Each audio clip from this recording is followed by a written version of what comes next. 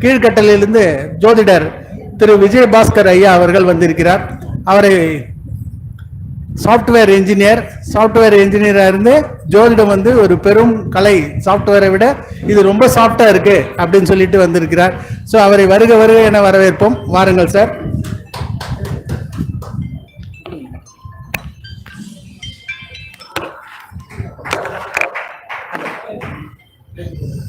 விஜயபாஸ்கர் ஐயா அவர்களும் என்னுடைய உறவினர் தான். அவரு தூரத்து உறவினர்.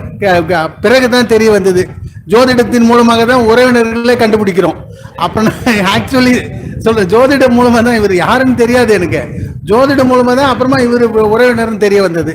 ஐயா அவர்களுக்கு வரவேற்கிறேன்.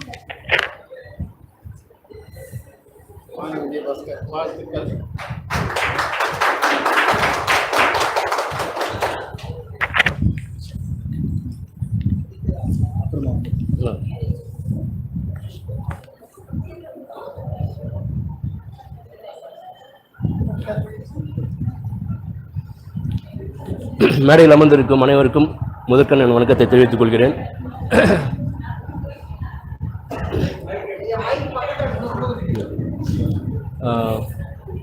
மேற்கொண்டு குழுமி இருக்கும் அனைத்து ஜோதிடர்களுக்கும், ஏன்னா எல்லாருமே ஜோதிடர் தான், ஜோதிடர் இல்லைன்னா இங்கே வரவே முடியாது. முக்கியமான விஷயம் ஒன்று விஷயம்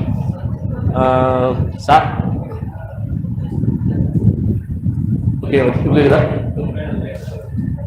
இப்போ வந்து நான் பரிவர்த்தனை அப்படின்ற ஒரு கான்செப்டை பற்றி பேசுகிறேன். பரிவர்த்தனை எப்போ ஒர்க் ஆகுது அப்படின்றது வந்து நிறைய பேருக்கு தெரியறதில்லை. பரிவர்த்தனை மட்டுமா சொல்லிட்டு இருக்கோம். பட் ஆனால் அந்த பரிவர்த்தனை எந்த காலகட்டத்தில் வந்து ஒர்க் ஆகும் அப்படின்றத முதல்ல தெரிஞ்சுக்கிங்க. ஓகேங்களா? அதாவது கோச்சார கிரகங்கள் அந்த பரிவர்த்தனை கிரகங்கள் மேலே போகும்போது மட்டும்தான் அந்த பரிவர்த்தனை ஒர்க் அவுட் ஆகும். அது மாத கிரகங்களான புதன், செவ்வாய், சூரியன் இது போகும்போது பெருசாக எஃபெக்ட் இருக்காது. வருட கிரகங்கள் போகும்போது நல்ல எஃபெக்ட் இருக்கும். உதாரணத்துக்கு என்னைய எடுத்துங்க. என்னுடைய ஜாதகத்திலேயே என்னோட லக்னாதிபதி மிதுன லக்னம், லக்னாதிபதி புதன் நீச்சம். ஓகேங்களா? இருந்தாலும் இப்போ எனக்கு வேற ஏழு விட்டுருக்காருன்னா, இப்போ வந்து மேற்கில் ராகு போகுது. ராகு போகும்போது எனக்கு குருவும் புதனும் பரிவர்த்தனை ஆகுறாங்க ரெண்டு பேருமே. ஸோ அந்த கேஸ்ல வந்து இப்போ மிதுன குரு வந்து மீனத்துக்கு போயிட்டாரு. மீனத்தில் இருக்கிற லக்னாதிபதி புதன் வந்து மிதுனத்துக்கு வந்துட்டாரு. லக்னாதிபதி எனக்கு ஆட்சி ஆகிட்டாரு. அந்த கான்செப்ட்ல தான் இப்போ நான் வந்து மேடை இருக்கேன் வச்சுங்களேன். அதுக்கு முன்னாடி புதன் நீச்சமா இருக்க வரைக்கும் நான் வந்து அங்க பார்வையாளர் தான் உட்கார்ந்துருக்காங்க ஆக்சுவலா. ஸோ இந்த பரிவர்த்தனை எப்போ ஒர்க் ஆகுதுன்னா, வருட கிரகங்கள், கோச்சார வருட கிரகங்கள் பரிவர்த்தனை கிரகங்கள் வேற போகும்போது மட்டும்தான் ஒர்க் அவுட் ஆகுது. இன்னொரு விஷயம், படிக்கும்போது ஜோசியத்தை பொறுத்த வரைக்கும் எதையுமே ஒதுக்காதீங்க, எல்லாத்தையுமே படிக்கிறதுக்கு கத்துக்குங்க. நாமயோகம், கரணம் எல்லாத்தையுமே கத்துக்குங்க. ஏன்னா ஒரு நாமயோகம்னு எடுத்தீங்கன்னா யோகி, அவயோகி எல்லா கான்செப்டும் வரும். ஸோ யோகி நட்சத்திரம் நம்மளுக்கு நல்லாவே ஒர்க் அவுட் ஆகும். அது கான்செப்ட் பண்ணி நம்ம இயக்குவோம். அதாவது சந்திரன் நிற்கிறது நம்ம தெரிஞ்சுக்கலாம், நம்ம நட்சத்திரம் தெரிஞ்சுக்கலாம். லக்ன புள்ளி, லக்னாதிபதி நிற்கிற நட்சத்திர புள்ளி, அது இல்லாத யோகி புள்ளி, இதெல்லாம் நம்மளுக்கு வந்து வாழ்க்கையில நல்லது பண்றதுக்காக இருக்காங்க. இந்த நட்சத்திர விஷயங்கள் எல்லாம் நம்ம செயல்படுத்தும் போது ஒரு நல்ல வழிகாட்டுதான் இருக்கும் கண்டிப்பா.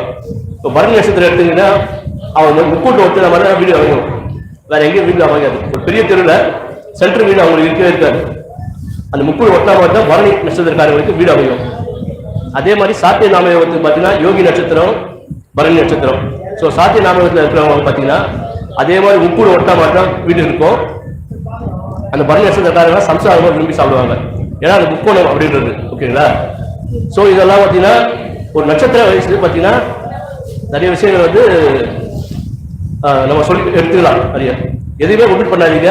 நட்சத்திரமும் சரி, திதி சூன்யம் எல்லாத்தையுமே எடுத்துங்க. நம்ம ஜாதகத்தில் யோகியில ஒரு கிரகம் இருக்கும்போது கண்டிப்பா நன்மை பண்ணத்தான். அது தசமூர்த்தி நடக்கும்போது அது கண்டிப்பா நன்மை பண்ணும். அவயோகி இருக்கும்போது, அவயோகியில வந்து தீய கிரகங்கள் போகும்போது நம்மளுக்கு பிரச்சனை தான் கொடுக்கும். அதை நம்ம முன்னாடியே உணர்ந்துக்கலாம். ஓகேங்களா? அதே மாதிரி கர்ணாதன் வந்து நம்மளுக்கு நல்லது பண்றதுக்காக இருக்காரு. ஸோ இது எல்லா கான்செப்டுமே நீங்க ஜோதிட பார்க்கும்போது யூஸ் பண்ணுங்க. இதுதான் என்னோட உரை. நன்றி.